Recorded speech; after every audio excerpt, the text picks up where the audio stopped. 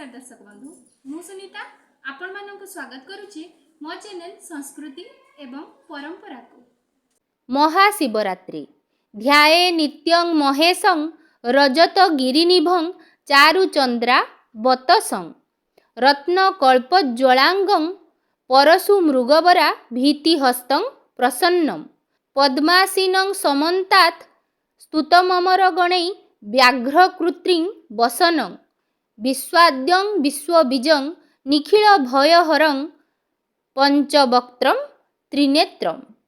अर्थात रूपा पर्वत परी जहाँकर शरीरर कांति जे सुंदर चंद्रमा को अलंकार रूपे धारण करिथांती, रत्नादि आभरण रे जहाँकर शरीर उज्ज्वल, जहाँकर हातरे परशु मृग बर और अभय आदि शोभित, जे चिर प्रसन्न शांत और पद्मासन रे आसीन, देवता माने जहाँकु चतुर्दिगरे रही स्तुति करुथांती, जे व्याघ्र चर्म परिधान करिथांती एवं एही विश्वर आदि ओ संसार सृष्टिर बीज, जे समस्त भयर विनाशकारी, जहाँकर पंचमुख ओ त्रिनेत्र, सेही देवाधिदेव महादेव शिवंकु नित्य ध्यान करिबा उचित।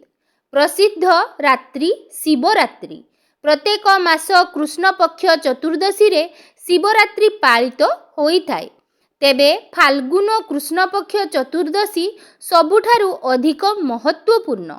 सेही दिन पृथ्वीर उत्तर गोलार्ध एभली स्थिति रे थाए जेतेबेले मानव शरीर प्राकृतिक भावे शक्ति संपन्न रही थाए, जेतेबेले प्रकृति व्यक्ति को आध्यात्मिकतार शीर्ष को नहीं जाई थाए।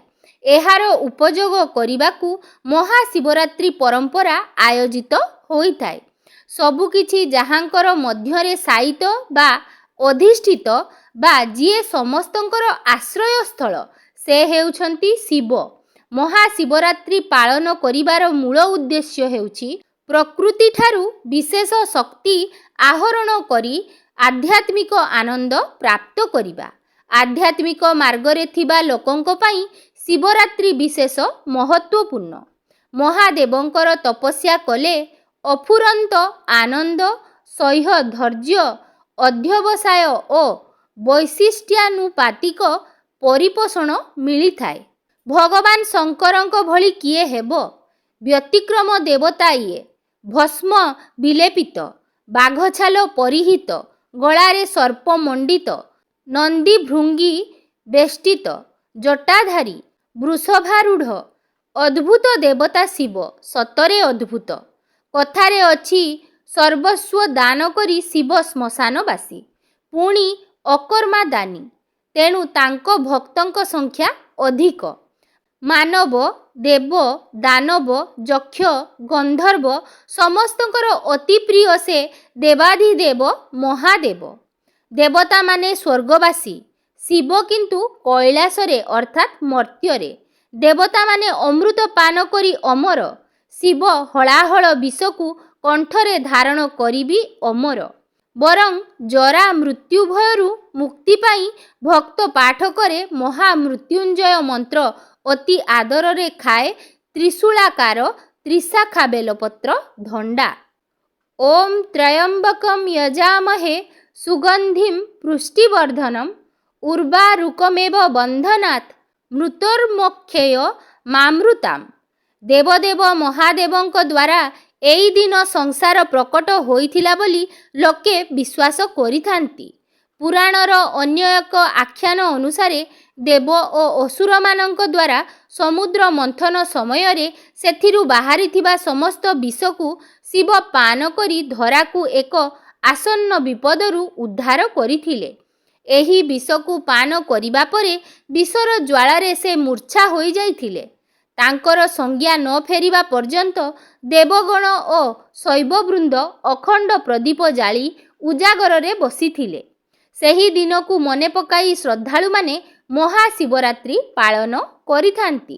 फाल्गुन कृष्ण चतुर्दशी दिन शिवलिंग भावरे आविर्भूत होइथिबारु प्रतिवर्ष एही दिन को महाशिवरात्रि भावरे पालन करा जाय।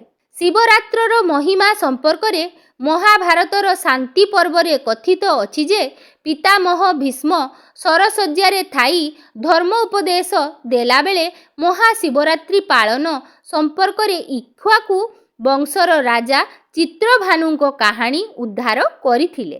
ଜମ୍ବୁଦ୍ୱୀପର ରାଜା ଚିତ୍ରଭାନୁଙ୍କ ସ୍ତ୍ରୀ ଥରେ ଶିବରାତ୍ରି ଉପବାସ ପାଳନ କରିଥିଲେ। ସେ ସମୟରେ ଋଷି ଅଷ୍ଟବକ୍ର ରାଜ ଦରବାରକୁ ଆସି ରାଜାଙ୍କୁ ଏହି ଦିବସ ପାଳନର କାରଣ ପୁଚ୍ଛା କରିଥିଲେ। ରାଜା ଜାତିସ୍ମର ଥିବାରୁ ନିଜ ପୂର୍ବଜନ୍ମର କାହାଣୀ ବର୍ଣ୍ଣନା କଲେ। ପୂର୍ବଜନ୍ମରେ ସୁସ୍ୱର ନାମରେ ସେ ଜଣେ ଶିକାରୀ ଥିଲେ। ଦିନେ ବଣରେ ବୁଲୁ ବୁଲୁ ସନ୍ଧ୍ୟା ହେଲା। ନିଜ କୁଟୀରକୁ ଫେରି ନ ପାରି ରାତିରେ ହିଂସ୍ର ଜନ୍ତୁଙ୍କ କବଳରୁ ରକ୍ଷା ପାଇବା ପାଇଁ ସେ ନିକଟରେ ଥିବା ବେଲଗଛ ଉପରକୁ ଚଢ଼ିଗଲେ। ରାତିସାରା ବେଲପତ୍ର ଛିଡ଼ାଇ ତଳକୁ ପକାଇବା ସହ ନିଜ ପରିବାର କଥା ଭାବି ଲୁହ ଝରାଇବାକୁ ଲାଗିଲେ। ତାଙ୍କର ଅଜାଣତରେ ସେହି ଲୁହ ଓ ପତ୍ର ବିଲ୍ୱ ବୃକ୍ଷର ପାଦଦେଶରେ ଥିବା ଶିବଲିଙ୍ଗ ଉପରେ ପଡ଼ୁଥାଏ। ସକାଳ ହେବାରୁ ସେ ଶିକାର ଧରି ଘରକୁ ଫେରିଲେ। ପ୍ରଥମେ ଜଣେ ଭିକ୍ଷୁକକୁ କିଛି ଖାଦ୍ୟ ଦାନ କରି ନିଜେ ଖାଦ୍ୟ ଗ୍ରହଣ କଲେ। କିଛି ବର୍ଷ ପରେ ତାଙ୍କର ମୃତ୍ୟୁ ହେବାରୁ ସେ ଶୈବଲୋକ ପ୍ରାପ୍ତ ହେଲେ। ଅଜ୍ଞାତରେ ସେ ଶିବରାତ୍ରି ଦିନ ଉପବାସ ରହି ଶିବଲିଙ୍ଗ ଉପରେ ବେଲପତ୍ର ଓ ଲୋତକ ସମର୍ପଣ କରିଥିବାରୁ ସେ ଶିବଙ୍କ ପାଖରେ ରହିବାର ସୁଯୋଗ ଲାଭ କରି ପରଜନ୍ମରେ ଚିତ୍ରଭାନୁ ରୂପରେ ରାଜଗାଦି ଭୋଗ କଲେ। ପୁରାଣ କହେ ଶିବ ଅଯୋନି ସମ୍ଭୂତ। କେଉଁଠି ପଢ଼ିଥିଲି ଶିବ ଧୂଳିମାଟିର ସାଧାରଣ ମଣିଷ ଜଣେ। ସାଧନା ବଳରେ ଶିବପଦ ପ୍ରାପ୍ତ। ଶିବଙ୍କ ଛଡ଼ା ଅନ୍ୟ କୌଣସି ଦେବତାଙ୍କୁ ବାବା କୁହାଯାଏ ନାହିଁ। ଭୋଳା ବାବା, ଜଟିଆ ବାବା ଇତ୍ୟାଦି କୈଳାସ ବାସ ହେତୁ ତାଙ୍କ ଯୁକ୍ତିସମ୍ମତ ମଧ୍ୟ।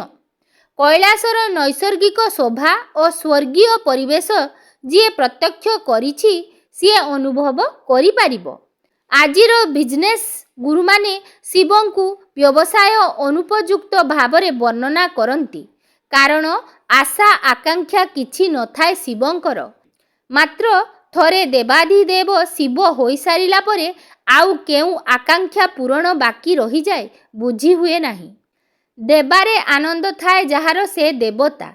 ଶିବ ମହାଦାନୀ। ଅସୁରମାନେ ବିଷ୍ଣୁଙ୍କୁ ବିରୋଧ କରନ୍ତି କିନ୍ତୁ ଶିବଙ୍କୁ ପ୍ରଗାଢ଼ ଭକ୍ତି କରନ୍ତି। କାରଣ ଶିବ ସମସ୍ତଙ୍କୁ ସମଦୃଷ୍ଟିରେ ଦେଖନ୍ତି। ସଂସାରର ଦୁଃଖ ହରଣ ପାଇଁ ସେ ସଦା ତତ୍ପର। ସାଗର ମନ୍ଥନ ପରେ ଦେବତାମାନେ ଅମୃତ ପାନ କଲେ ଅମରତ୍ୱ ପାଇଁ। ଅଥଚ ବାସୁକୀ ନାଗର ଗରଳ ନିର୍ଗତ ହଳାହଳ ବିଷ ବଳୟରୁ ଜୀବଜଗତ ତ୍ରାହି ତ୍ରାହି ଡାକ ଦେଲା ବେଳକୁ ଆଗେଇ ଆସିଲେ ଶିବ। କଣ୍ଠସ୍ଥ କଲେ ସେ ହଳାହଳ ବିଷକୁ। ହେଲେ ନୀଳକଣ୍ଠ। ସେଥିପାଇଁ ଶିବ ଗଳାରେ ସର୍ପ ଧାରଣ କରିଥାନ୍ତି ତଥା ଭକ୍ତମାନେ ଶିବଲିଙ୍ଗରେ ଥଣ୍ଡା ପଦାର୍ଥ ଘର୍ଷଣ କରନ୍ତି। ଅର୍ଥାତ୍ ଚିରକାଳ ପାଇଁ ଜଗତ ଦୁଃଖକୁ ବରଣ କରି ନିଜେ କଷ୍ଟ ପାଉଛନ୍ତି। ତାଙ୍କ ପରିବାରକୁ ଦେଖାଯାଉ। ତାଙ୍କ ପତ୍ନୀ ସ୍ୱୟଂ ଶକ୍ତି ସ୍ୱରୂପିଣୀ, ଯାହା ବିନା ଶିବ ଶବ। ତାଙ୍କ ପୁତ୍ର ଗଣେଶ ଅଗ୍ରପୂଜ୍ୟ ଏବଂ କାର୍ତ୍ତିକ କୁମାରତ୍ୱର ପ୍ରତୀକ। ବାହନମାନେ ବିଚିତ୍ର। ବୃଷଭ ସିଂହର ଖାଦ୍ୟ, ସର୍ପ ମୟୂରର ଖାଦ୍ୟ, ତଥାପି ଶାନ୍ତିପୂର୍ଣ୍ଣ ସହାବସ୍ଥାନ। ହରିହର ଅଭିନ୍ନ କିନ୍ତୁ ଚେତନା ଭିନ୍ନ। ଶିବଙ୍କ ସେବା କରିବା ପାଇଁ ନାରାୟଣ ହେଲେ ନାରାୟଣୀ। ଅଥଚ ରାମ ନାମ ଜପ କରି ଶିବ ମୃତ୍ୟୁଞ୍ଜୟ। ହରିହର ଭେଟ ଅନୁସାରେ କେନ୍ଦରା ବଜାଇ ଘରେ ଘରେ ବୁଲୁଥିବା ନାଥ ଯୋଗୀମାନେ ଶିବଙ୍କ ପ୍ରତୀକ। ପ୍ରତିଟି ଘଟରେ ଥିବା ବିଷ୍ଣୁଙ୍କୁ ଭୋଗବାଦ ମଧ୍ୟରେ ବୁଡ଼ି ନିଦ୍ରା ଯାଇଥିବା ବେଳେ ଚେତନା ଜାଗ୍ରତ କରିବା ପାଇଁ ସେମାନେ ଗାନ କରନ୍ତି ବୈରାଗ୍ୟ ବ୍ୟଞ୍ଜକ ଗାଥା। ଭଜୁ କିନା ରାମ ନାମ ରେ ରାଜନ, ଭଜୁ କିନା ରାମ ନାମ, ଭଜି ନ ପାରିଲେ କୁଳ ଚନ୍ଦ୍ରମାରେ, ବାନ୍ଧି ନେବ କାଳ ଯମରେ ରାଜନ, ବାନ୍ଧି ନବ କାଳ ଯମ। ଶିବଙ୍କ ଧଣ୍ଡା ବେଲପତ୍ର ନିୟମିତ ସେବନ କଲେ ତଥା ଗଞ୍ଜା ଭାଙ୍ଗ ସେବନ କଲେ ସର୍ପ ବିଷ କାମ କରେନି। ସେଥିପାଇଁ କେବଳ ଶିବ ହିଁ ସମୁଦ୍ର ମନ୍ଥନ ପରର ହଳାହଳ ବିଷ ପାନ କରିବାକୁ ସକ୍ଷମ ହୋଇପାରିଲେ। ଶିବ ଅଥର୍ବ ବେଦର ରଚୟିତା ତଥା ନାଟ୍ୟଶାସ୍ତ୍ରର ଜନକ ସ୍ୱୟଂ ନଟରାଜ। କୁହାଯାଏ ଶିବ କୋପ କଲେ ତାଣ୍ଡବ ନୃତ୍ୟ କରନ୍ତି। ଶିବ ସଂହାରକର୍ତ୍ତା ମଧ୍ୟ ଏ କଥା ସମସ୍ତେ ଜାଣନ୍ତି। ମହିଷାସୁର ବଧ କଲାପରେ ଦେବୀ ଦୁର୍ଗା ଭୟଙ୍କର ରୂପ ଧାରଣ କରି ହେଲେ କାଳୀ। ତାଙ୍କୁ ଶାନ୍ତ କରିବାକୁ ସମସ୍ତ ଦେବଗଣ ଅସାମର୍ଥ୍ୟ ପ୍ରକାଶ କରିବାରୁ ଶିବ ଆଗେଇ ଆସିଲେ ଓ ରାସ୍ତା ଅବରୋଧ କରି ଶୋଇଲେ।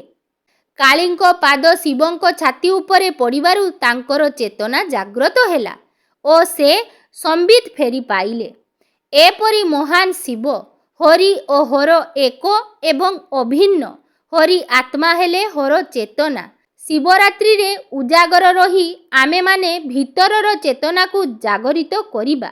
କର୍ପୂର ଗୌରମ୍ କରୁଣାବତାରମ୍ ସଂସାର ସାରମ୍ ଭୁଜକେନ୍ଦ୍ରହାରମ୍ ସଦା ବସନ୍ତಂ ହୃଦୟାରବିନ୍ଦେ ଭବଂ ଭବାନୀ ସହିतं ନମାମି ଭବଂ ଭବାନୀ ସହିतं ନମାମି ଭବଂ ଭବାନୀ ସହିतं ନମାମି। ତେବେ ପବିତ୍ର ମହାଶିବରାତ୍ରିର ପାବନ ଅବସରରେ ଦେବଦେବ ମହାଦେବଙ୍କର ଦିବ୍ୟ ଦୁର୍ଲଭ ବଡ଼ସିଂହାର ରାଜା ବେଶର ଦର୍ଶନ କରିବା ସହିତ ମହାପ୍ରଭୁଙ୍କର ଦିବ୍ୟ ଦୁର୍ଲଭ ଆଳତୀର ଦର୍ଶନ ଆମେମାନେ ମଧ୍ୟ କରିନେବା। ଚାଲନ୍ତୁ।